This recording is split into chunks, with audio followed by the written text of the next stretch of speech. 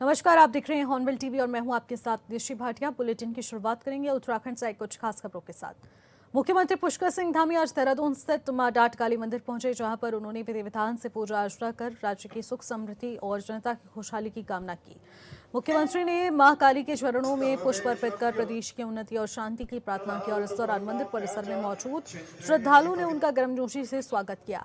मुख्यमंत्री ने मंदिर समिति के पदाधिकारियों से भी बातचीत कर मंदिर सुविधाओं की जानकारी ली। उन्होंने कहा कि मां डाटकाली की कृपा उत्तराखंड पर है और ऐसे में उत्तराखंड निरंतर प्रगति के पथ पर अग्रसर है। देवभूमि की धार्मिक आस्था ही इसकी असली पहचान है।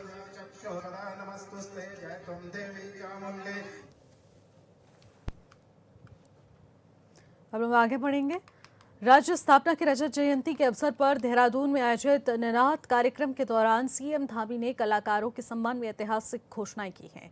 उन्होंने कहा कि अब उत्तराखंड के वृद्ध और अव्यवस्थ पूरी तरह से कलाकारों को 6,000 की मासिक पेंशन दी जाएगी। कला और संस्कृति हमारी पहचान है और जो लोग इस क्षेत्र में कार्य कर रहे हैं वो समाज के लिए प्रेरणा है।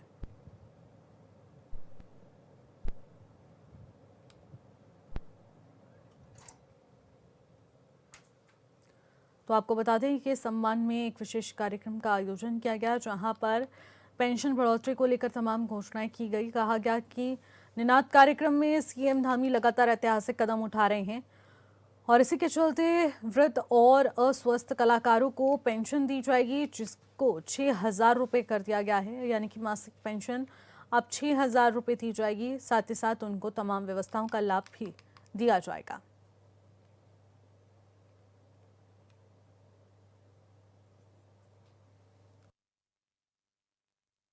इन सब बातों को ध्यान में रखते हुए कि और लोग भी उनसे प्रेरणा लें, समाज के क्षेत्र में, लोक कला के क्षेत्र में, संस्कृति के क्षेत्र में, साहित्य के क्षेत्र में काम करें।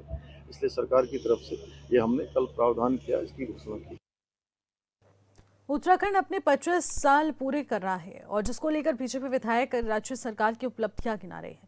ऐसे में विपक्ष के नेता कई तरह के सवाल भी उठा रहे हैं। बीजेपी के कार्यकाल को निराशाजनक कार्यकाल बताया जा रहा है, तो वहीं कांग्रेस विधायक भुवन कापड़ी का कहना है कि 25 साल में राज्य के जवान होने के साथ ही भ्रष्टाचार भी जवान हो गया है, महिला अपराध भी जवान हो रहा है।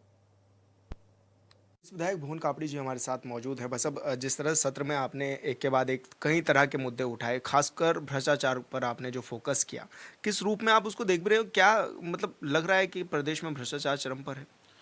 देखिए, आज जो हमारी लोकतांत्रिक व्यवस्था थी, चाहे वो पंचायतों पे हो, चाहे नगर पालिकाओं पे हो, चाहे नगर निगमों में हो या विधानसभा स्तर, प्रदेश स्तर पर हो, कहीं ना कहीं भ्रष्टाचार और अधिकारी राज हावी होता चला जा रहा है। पंचायती राज एक्ट को इसलिए मजबूत किया गया कि भाई पंचायतों में नेता को जनता के नज़दीक भेजा जाए, और पंचायती राज को राजीव गांधी जी ने मजबूत किया, कांग्रेस की सरकारों ने मजबूत किया, नेता को जनता के नज़दीक ले जाने का काम किया।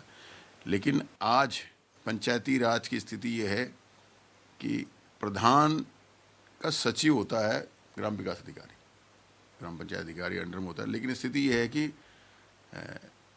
प्रधानों का भी शोषण हो रहा है। उनके हिसाब से काम नहीं होता है, ग्राम विकास अधिकारी के हिसाब से काम होता है। ऐसे ही हर स्तर पर कहीं ना कहीं अधिकारी जो है हावी होता है, और अधिकारी को ज़मीनी स्तर पता नहीं है, क्योंकि जो नेता है वो चाहे गांव का है तो गांव में घूमता है, जिला पंचायत है तो जिला पंचायत में घूमता है, विधायक है तो विधानसभा में घूमता है, और लोकसभा का सदस्य है तो लोकसभा में घूमता है और जनता से मिलता है, उसका काम ही वही है। और जन समस्याएं उस तक पहुंचती हैं, उन जन समस्याओं को समाधान करेंगे करके इसलिए नेतृत्व को मजबूत किया गया था। लेकिन आज लोकतंत्र में नेतृत्व कमज़ोर होता जा रहा है। लोकतंत्र का कहीं कहीं पर तो मैं कहूँगा उपहास भी उड़ाया जा रहा है ऐसा कर कर। अभी आपने देखा होगा, खुद भारतीय जनता पार्टी के सांसद, विधायक, मंत्री वो बोले कि अधिकारियों को प्रोटोकॉल क्या है ये पता ही नहीं है। अभी महामहिम जब आई थी उसमें जब सत्ता दल के लोगों को वो प्रोटोकॉल नहीं दे पा रहे हैं तो अन्य वो करने के साथ क्या होगा, ये विषय बड़ा है। और जब तक हम भ्रष्टाचार पर अंकुश नहीं लगाएंगे तब तक राज्य का विकास नहीं हो सकता।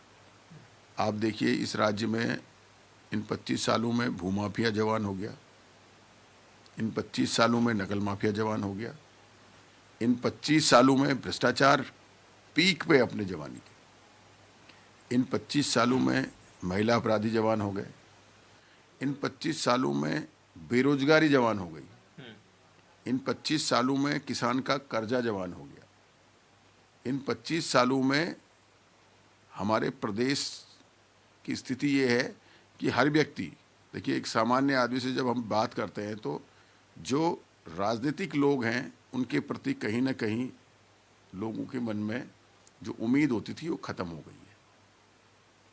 मैं कहता हूँ कि बहुत अच्छे विचार नेताओं के प्रति लोगों के नहीं रह गए, लेकिन नेता तो कोशिश कर रहा है, भ्रष्टाचार अधिकारी कर रहे हैं, ये बात लोगों तक पहुंचानी बहुत ज़रूरी हो गई है। और आज इस 22 वाली सरकार में तो आप देख रहे होंगे कि भ्रष्टाचार पीक पर है।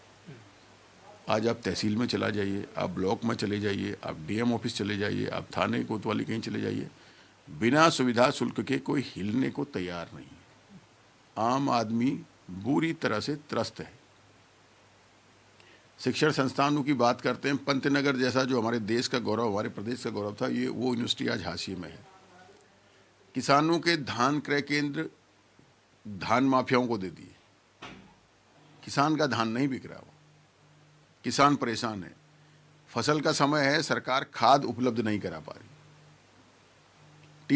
टीडीसी जैसा निगम जिसके लिए पूरा हिंदुस्तान जहां से बीज खरीदता था, आज उसके इंस्ट्रूमेंट तक नीलाम कर दिए सरकार ने।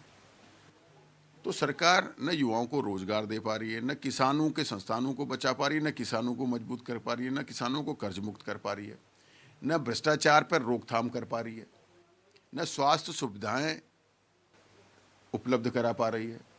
अगर आप आज सुशीला तिवारी चले जाइए, मेरा एक खुद का वाकया है, हमारे एक दोस्त का एक्सीडेंट हो गया था, वो सुशीला तिवारी में था, तो आईसीयू के अंदर 2 लोग आप 2 पकड़ने के लिए उसे, ये पोजीशन थी।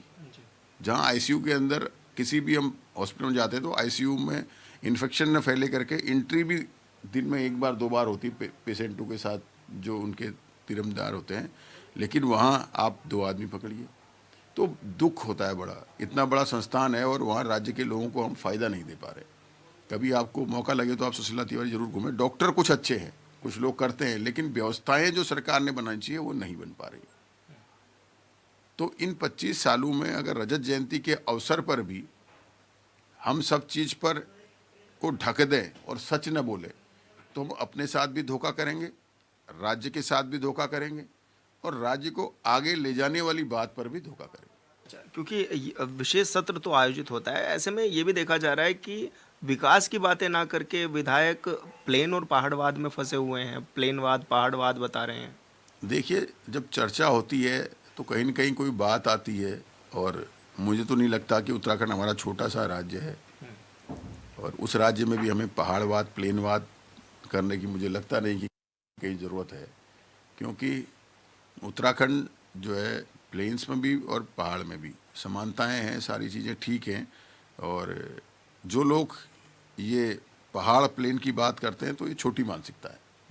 पहाड़ प्लेन की बात नहीं होनी चाहिए, उत्तराखंड और उत्तराखंडियत की बात होनी चाहिए। और उत्तराखंड देवभूमि के रूप में जाना जाता था, पर्यटन भूमि के रूप में जाना जाता है, शिक्षक भूमि के रूप में जाना जाता है। तो हम इसका और मजबूती से जो है उत्तराखंड को इन बातों पर आगे ले जाने का काम करें। जी धन्यवाद। हमसे बातचीत करने के लिए भुवन कापड़ी जी हमारे साथ मौजूद थे, जो कि तमाम विषयों पर हमारे साथ बातचीत कर रहे थे।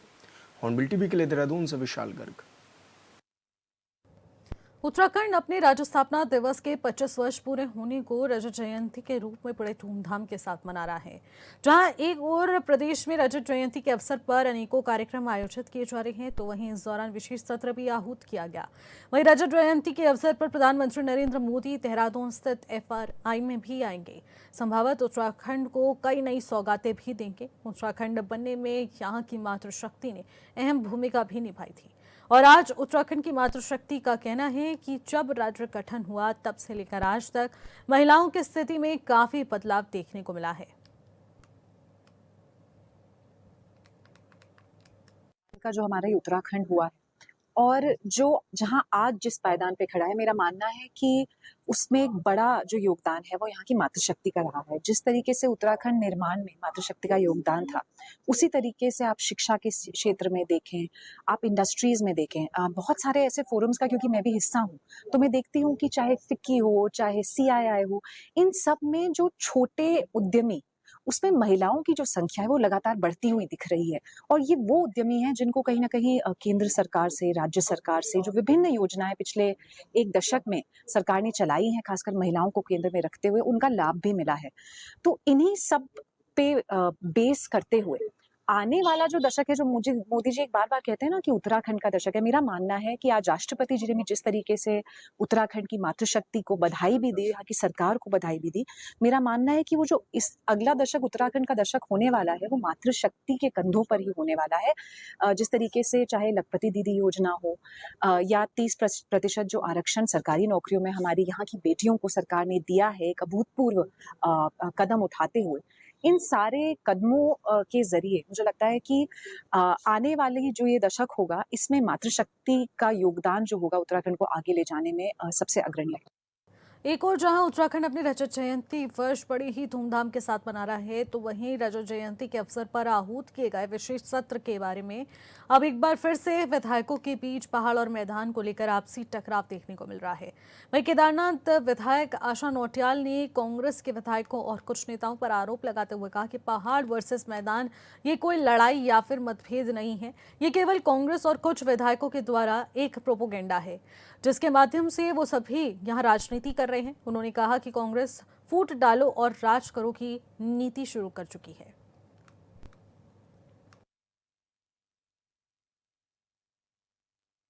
देखिए, वो चाहे कहीं भी हैं, वो चाहे मैदान में हैं, चाहे दिल्ली है, चाहे बॉम्बे है, चाहे वो कहीं भी हैं देश में, उनकी पीड़ा पहाड़ के लिए रहती ही है, क्योंकि वो उस मिट्टी से जुड़े हुए हैं। वो जहाँ भी पहुँचे हैं, उसी मिट्टी से बढ़कर वो गए हैं, वहीं उन्होंने शिक्षा प्राप्त की है, वहीं वो जन्मे हैं, तो उसकी पीड़ा ज़रूर होगी।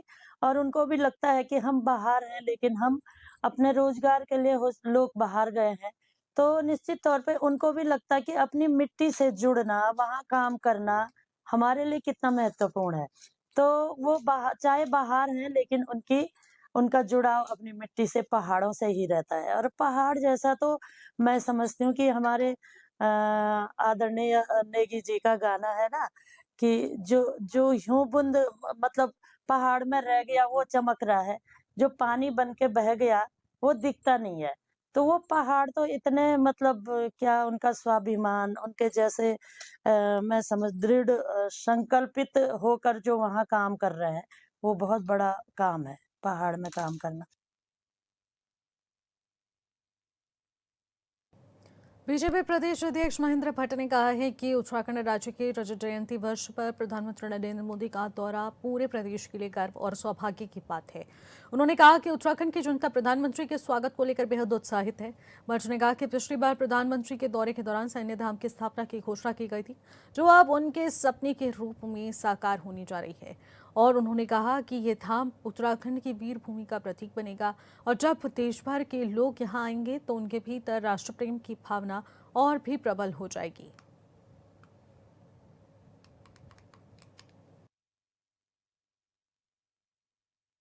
देखिए, राज्य का रजत जयंती वर्ष में प्रधानमंत्री का आना ही हम सबके लिए बहुत सौभाग्य की बात है। मैंने जैसे कहा कि उत्साह के साथ उत्तराखंड की जनता उनके स्वागत के लिए आतुर है। 9 तारीख के दिन जब प्रधानमंत्री का उद्बोधन होगा तो इस राज्य का विकास उनके मन मस्तिष्क में रहता है। जब पिछली बार उनका आना हुआ तो उन्होंने एक अन्य धाम की स्थापना की बात की थी। उन्हें पता था कि उत्तराखंड के हर गांव में सैनिक रहता है, अनेकों सैनिक शहीद होते हैं और इसलिए एक धाम यहाँ और आवश्यक है। और भारतवर्ष में अकेला उत्तराखंड राज्य होगा जहाँ सैन्य धाम की स्थापना होगी। जब देश भर के क्रांतिकारी जब उत्तराखंड आएंगे और उस स्थान को देखेंगे तो उनके अंदर एक राष्ट्र प्रेम का भाव का जागरण निश्चित रूप से होगा। प्रधानमंत्री जी का सैन्य धाम का जो दृष्टिकोण था, जो उनका सपना था, वो हमारी सरकार ने यथासमय पूर्ण किया और 9 तारीख को उसका विधिवत रूप से लोकार्पण रहने वाला है। हर मंत्री अपने अपने क्षेत्र के विकास में, जो उनका मंत्रालय है उसके विकास के अंदर उनकी प्रेसें चल रही हैं। सब जगह 2000 से पहले उत्तराखंड के अंदर किस विभाग की क्या स्थिति है, आज क्या स्थिति है, उस पर सब जगह प्रेस हो रही है। प्रेस के माध्यम से जनता तक विषय जा रहा है। राज्य गठन की रजत जयंती के मौके पर मसूरी के इतिहासकार गोपाल भारद्वाज ने राज्य आंदोलन के सुनहरे और संघर्षपूर्ण पलों को याद किया है। इसी क्रम में ढोल नगाड़ों और जय उत्तराखंड के नारों से पूरा शहर गूंज उठा, जहां महिलाओं और बच्चों समेत सभी ने हाथों में झंडे लेकर जश्न मनाते वो नजर आए। वहीं मौके पर इतिहासकार भारद्वाज ने कहा कि शहीदों और आंदोलनकारियों का उत्तराखंड अभी भी अधूरा है। रोजगार बढ़ाना और पलायन रोकना और पर्यावरण सुरक्षित रखना अभी भी चुनौती है।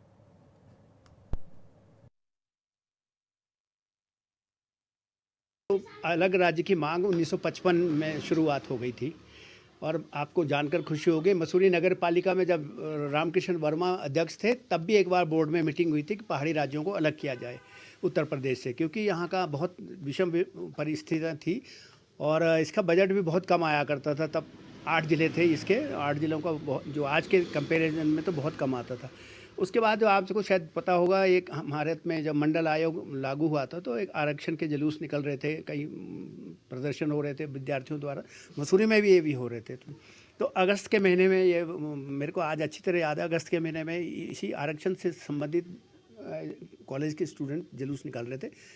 थोड़े बाद उन्हीं दिनों फिर ये उत्तराखंड की डिमांड शुरू हो गई। वैसे 89 में भी हुई थी जब जनमोर्चा और वीपी सिंह की सरकार थी, तब भी उठती रही है समय पे। लेकिन मेरे को अपने जो बिल्कुल अच्छी तरह याद है तो 23 अगस्त 1994 को यहाँ पे बहुत ज़्यादा बारिश हो रही थी और बहुत ज़बरदस्त जुलूस निकला था अलग राज्य के प्राप्ति के लिए।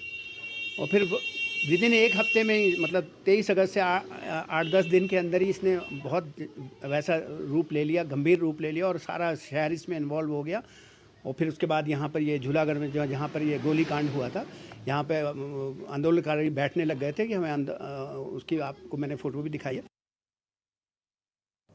विधानसभा नरेंद्रनगर के मुहनी की रेती खारा स्रोत स्थित शराब के ठेके को हटाने की मांग को लेकर हो रहे जन आंदोलन रुकने का नाम नहीं ले रहा है।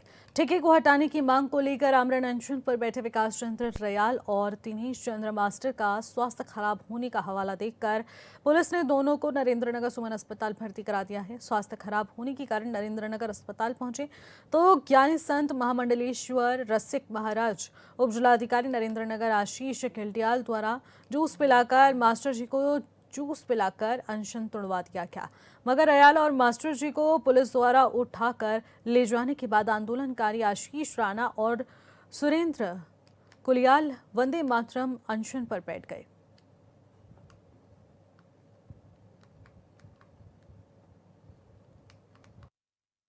इसको हरिद्वार कुंभ क्षेत्र जो सरकार ने ड्राई एरिया घोषित किया है, हरिद्वार से लेकर देवप्रयाग तक जो शराब के ठेके सड़क पर लगते हुए हैं, हमने उसके विरोध में ये सब किया। संतों ने समर्थन दिया, किसी केवल खारा स्रोत के लिए नहीं। हमारी मांग तो ये है कि कुंभ क्षेत्र को शराब मुक्त किया जाए और जो NH का नियम है कि मुख्य मार्ग से कम 500 मीटर की दूरी पर शराब का ठेका हो, तो ये हमारी मांग है।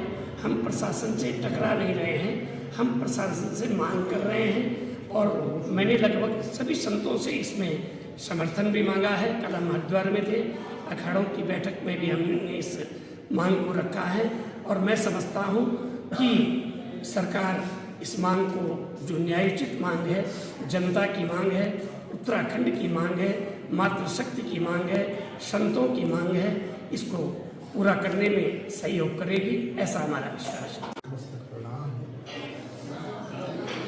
आज मेरा 9वां दिन था और मैंने प्रण लिया था कि मेरी अंतिम सांसें रहेंगी या शराब का ठेका, लेकिन दुर्भाग्य सौभाग्य की बात समझो कि मैं ऋषिकेश में रहता हूँ, ऋषि मुनियों के शहर में रहता हूँ। मेरे मातृशक्ति और मेरे ऋषि मुनियों का मुझे अगर उनका बर्दस्त प्राप्त है और उनका कहीं भी अगर आशीर्वाद में देते हैं तो मुझे स्वीकार भी करना चाहिए। और उन्होंने मुझे कहा और मैं सोचा मैंने कि क्या करूं क्या न करूं, तो मुझे उनका जो आदेश था स्वीकार करना पड़ा। उधर मेरा गुरुजी का भी फ़ोन आया था, राजनीति हुआ, उनका भी यही वो था, सारे इकट्ठे आ रहे थे, मुझे भी पता था। अब आया कि वोट जब तुम दिए कि मामले हम इकट्ठे आ रहे थे, लेकिन घर में कोई प्रॉब्लम्स हो गई है, मुझे आदेश मानना पड़ा।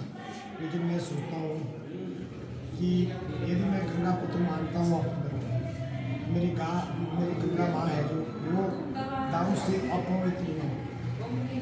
गंगा के नदी के किनारे, गंगा माँ के किनारे जहाँ जहाँ ठेके हैं सब खत्म होने चाहिए। रुको। हरिद्वार के ज्वालापुर कोतवाली क्षेत्र के भोगपुर निवासी 22 वर्षीय आरती की न्यू देवभूमि अस्पताल में डिलीवरी के दौरान मौत हो गई।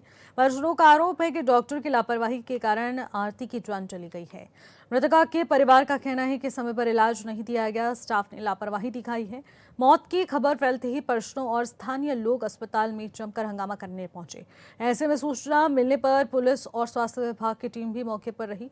ऐसे में स्वास्थ्य विभाग ने पूरे ऑपरेशन से जुड़ी फाइल अपने कब्जे में ले ली और 4 सदस्यीय जांच समिति गठित कर दी है, जो पूरे मामले की जांच करेगी।